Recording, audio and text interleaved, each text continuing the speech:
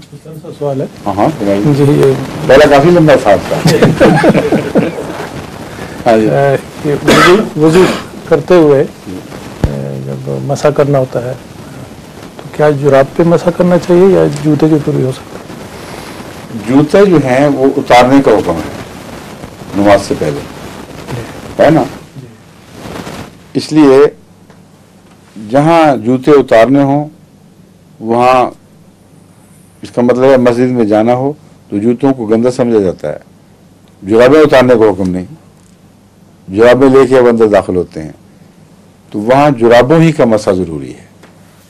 लेकिन अगर आप सफर की हालत में ऐसी जगह हो जहां बूटों समेत नमाज पढ़ना मजबूरी है, कीचड़ में खड़े हैं या तेज धूप में खड़े हैं, वहां उसी बूट के ऊपर मसा हो सकता है, क्योंकि जिससे नमाज जायज है उसी पर मसा भी जायज है। समझे?